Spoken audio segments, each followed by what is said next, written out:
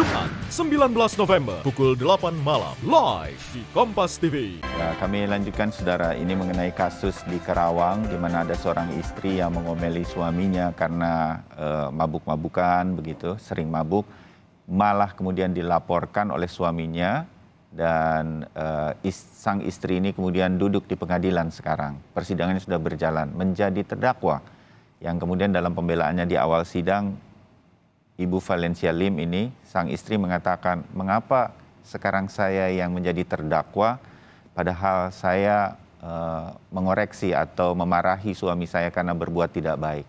Pertanyaan yang sangat simpel yang kemudian mengundang tanda tanya mengenai hukum di Indonesia. Masih ada Mbak Mariana Amindin, Wakil Ketua Komnas Perempuan, Kang Asep Iwan Iriawan, Pakar Hukum Pidana, dan Bang Barita Simanjuntak, Ketua Komisi Kejaksaan. Mbak Mariana, prihatin sekali lagi saya karena perempuan seperti Bu Valencia harus mengalami hal semacam ini di dalam hukum Indonesia. Hampir bisa dibilang banyak kalahnya begitu. Nah, oke, kita sedang menuju. Saya optimis bahwa kita menuju ke undang-undang yang nanti akan lebih baik melindungi perempuan dan orang-orang lemah lainnya di Indonesia. Tapi kasus seperti ini kan berangkat dari sebuah laporan begitu di kepolisian. Nah, kita sudah dengar ada upaya-upaya kepolisian untuk mengawal laporan tersebut dengan baik. Tidak kurang dari Komnas Perempuan dan LSM lainnya juga banyak yang dimintai bantuan oleh perempuan untuk kalau ada urusan dengan hukum bisa didampingi. Nah, sejauh mana Komnas Perempuan melihat ini kita masih belum persis mengenai, harusnya kan ini sudah didampingi ketika penyelidikan di kepolisian itu berlangsung begitu, sehingga kemudian hal semacam ini juga tidak terjadi. Ini kita masih kurang ya Mbak Mariana, nggak bisa kita betul-betul terlibat di sana. Kepolisiannya nggak mau apa benar-benar sudah terbuka sebetulnya? Nah, saya ingin tahu itu Mbak Mariana. Saya mungkin ingin langsung mengarahkan ke restoratif justice saja ya. Ya, baik. Apalagi ini kasus rumah tangga kan. Jadi kalau memang kita selalu mendengar bahwa kepolisian, kejaksaan, semua institusi negara yang ada urusannya dengan hukum itu diarahkan pada restoratif justice pada periode presiden saat ini, ya arahkan saja ke sana. Artinya ada ruang untuk dialog. Karena kita harus ingat bahwa pihak istri itu perlu memikirkan anak-anak juga kan. Iya. Kalau ibunya itu mengalami hal seperti ini, siapa yang mau mengurus anak-anak? Siapa yang memenuhi kebutuhan anak-anak di rumah? Dan ayahnya pun seperti itu. Jadi kalau cara berpikir restoratif justice itu seperti itu, dia gunakan sosial budaya, sehingga dia mendukung kasus itu menjadi kasus yang tidak perlu masuk dalam ruang pengadilan, tapi diselesaikan bisa di luar pengadilan. Harusnya kalau restoratif justice itu diterapkan, ini nggak akan terjadi sebetulnya. Ya, begitu ya Mbak Mariana ya? Betul. Nah, berarti pemahaman mengenai ini, oke, ini kan saya anggaplah kita baru mendengar bahwa kepolisian akan menerapkan hal semacam ini nih, barulah ketika Pak Kapolri baru diganti begitu. Nah, ini belum berjalan dengan semestinya, masih ada jurang untuk mengetahui persis ini harus seperti apa dan bagaimana di lapangan, itu mungkin masih terjadi. Begitu Mbak Mariana? Ya, itu harus segera diberikan pemahaman dan kapasitas sepertinya ya. Dan menurut saya itu sangat mungkin dibantu oleh pihak-pihak yang sudah memahami itu, apakah di pusat ataupun di berbagai institusi yang lain. Karena dalam perencanaan negara itu restoratif justice sudah terus didorong oleh institusi-institusi seperti ini. Jadi saya pikir harus segera diperlakukan seperti itu untuk kasus ini sehingga tidak ada yang dirugikan lagi. Ya, ini jadi masukan bagi kepolisian, bagi kejaksaan. Kalau mau itu berjalan dengan baik, mengurangi juga PR nggak perlu seperti ini begitu, ya harus diterapkan betul-betul. Sejak gerbang orang ingin bertemu secara hukum itu atau ada kasus hukum itu di situ titiknya. Kang Asep, Kang Asep, tanpa saya, jadi kan begini, kalau mohon maaf sekali lagi saya mohon maaf, orang berpikir wah ini jangan-jangan suaminya punya uang nih bayar apa gimana, jadi hukum bisa dibeli. Amit-amit saya ketok meja nih 3 kali. Tetapi bisa saja yang dikatakan Mbak Mariana itu benar terjadi, ini harusnya restoratif justice kok bisa selesai, tapi nggak dilakukan dengan benar gitu. Jadi SDM-nya belum mumpuni untuk itu. Nah, jadilah kejadian kayak gini. Ini juga jadi lebih mahal harganya. Nama kepolisian tercoreng, nama Kejaksaan Agung, nama hukum di negara ini jadi tercoreng gara-gara hal semacam ini nggak diselesaikan di awal, di gerbangnya. Kang Asep, ini sulit sekali atau bagaimana sebenarnya? Ya, ada dua hal. Pertama, mungkin oknum penegak hukum itu gelarnya S3, ya, perlu S3. Bagus S3-nya dong. bukan S3 sekolah, Ah. ya dengan senyum, sowan, saji. Nah, jadi mungkin seneng tuh kalau gelarnya karena disowanin, disajiin, ya, disenyumin, ya udah ngertilah itu ya. Nah, atau yang kedua, ini pembelajaran khusus nih dengan kejadian ini supaya tidak terulang, kan kita butuh suri teladan. Di Republik ini kan kita kehilangan suri teladan, terutama dari penegak hukum yang harus menegakkan hukum, malah melecehkan hukum, menyelundupkan hukum. Mungkin seruan saya sederhana sekali mungkin seruannya. Bu Mariana mungkin setuju. Kalau nggak setuju nggak apa-apa ya Bu Mariana. Ini kepada istri polisi, ya supaya jangan kejadian ini ya, kepada istri polisi, istri jaksa, istri hakim, tidak usah takut. Omelin kalau lakinya jadi pemabok, penjudi, main perempuan.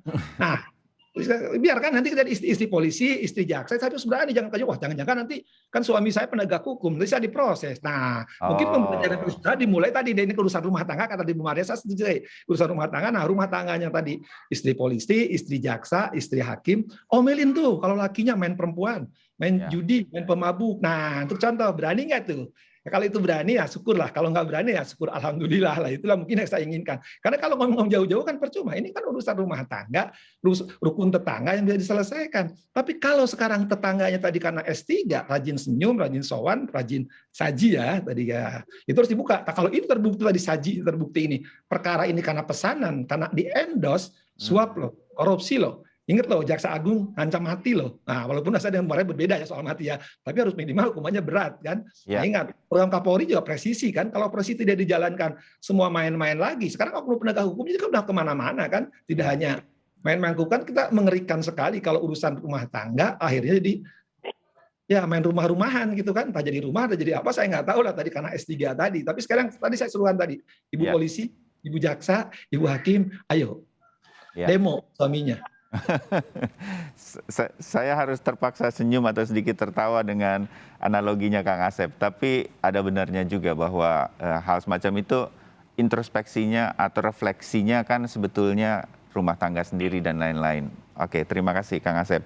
Bang Barita, ini juga mengemuka ketika kasus ini jalan begitu ya.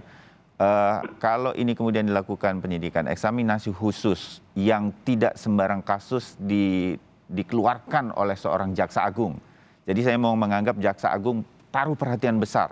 Seperti Bang Barita katakan, bahwa kasus ini jadi perhatian benar dari Kejaksaan Agung. Saya apresiasi itu. Nah, kalau kemudian terbukti, orang mengatakannya dalam beberapa artikel begitu, ini bisa saja malah penyelidikan, malah penyidikan. Jadi ada hal yang tidak boleh dilakukan, melanggar kode etik, melanggar hukum, melanggar apa. Jadi ini saya ingin yakin bahwa ini akan ada tindakan tegas kalau memang itu betul-betul nanti terbukti, nggak menguap begitu aja. Bang Barita, ini bisa kita jamin begitu ya? Iya, kita akan menagih dan memastikan itu, Mas Bayu. Ya. Tapi sedikit catatan mengenai restoratif justice tadi, ini ada satu kendala yang juga saya kira perlu diketahui. Misalnya, apabila para pihak yang bersengketa ini tidak mau didamaikan, tidak mau diselesaikan. Nah, inilah sistem hukum kita yang mengharuskan para penegak hukum melanjutkannya dalam kasus ini. Karena saat yang sama juga suami dari Ibu P ini kan sekarang jadi terdakwa juga di proses persidangan itu. Jadi bangun sosial kita, bangun kemasyarakatan juga kita harus teredukasi betul bagaimana melihat hal yang sifatnya domestik seperti ini bisa diselesaikan dengan baik.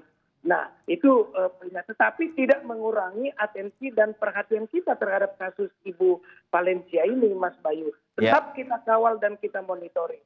Sebab sejak awal juga sebenarnya di Kejati Jawa Barat itu sudah dilakukan pemeriksaan, sudah dilakukan pengawasan terhadap ini. Tapi kemudian karena atensi ini dilihat oleh Jaksa Agung, diambil ke Jakarta supaya pengendaliannya itu ya benar-benar termonitoring dan dikawal. Dan hasilnya tadi Mas Bayu, kita akan menagih dan kita akan pastikan kalau ada pelanggaran, apalagi perbuatan tercela yang tadi disampaikan Kang Asep, pastilah harus ada penindakan. Ya, Bang Barita pun begitu ya. Apakah memang oh ini si suaminya dalam kasus Valencia Lim ini, ketika saya jaksa nih ngelihat kasus ini nggak layak untuk ke pengadilan begitu, tapi suaminya memaksa terus ini apa segala macam.